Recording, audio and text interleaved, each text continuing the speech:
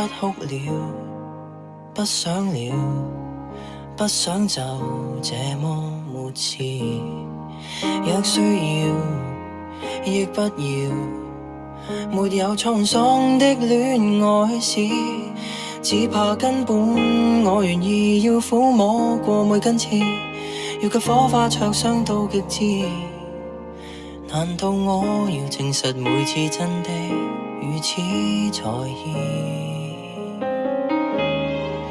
不可以，總可以將瑣事當天大事，那樣堅持，那樣不智，卻又知沒有結束，不會開始。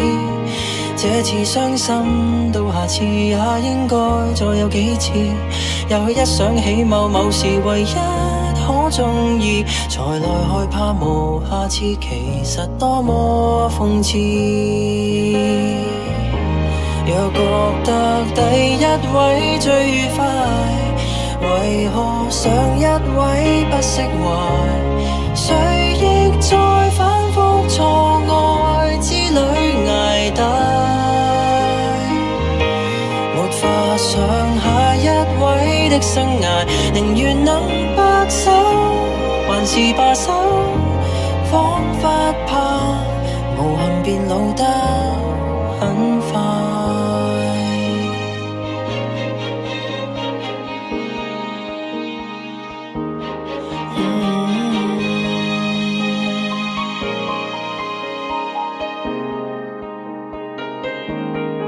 相戀過，單戀過，單身話更加自在，那樣不同，那樣相似，到下一個會否傷得更精彩？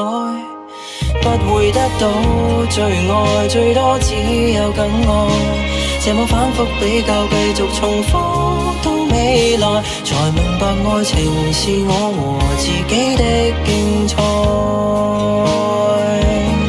若覺得第一位最愉快，為何上一位不釋懷？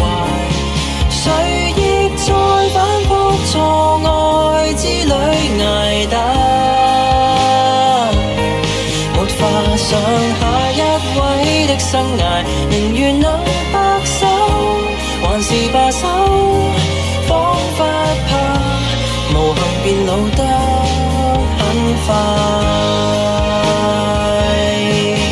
未結識到你，竟已先鼓起捨得的勇氣，放下的志氣，不想找到你，就像前度在一起。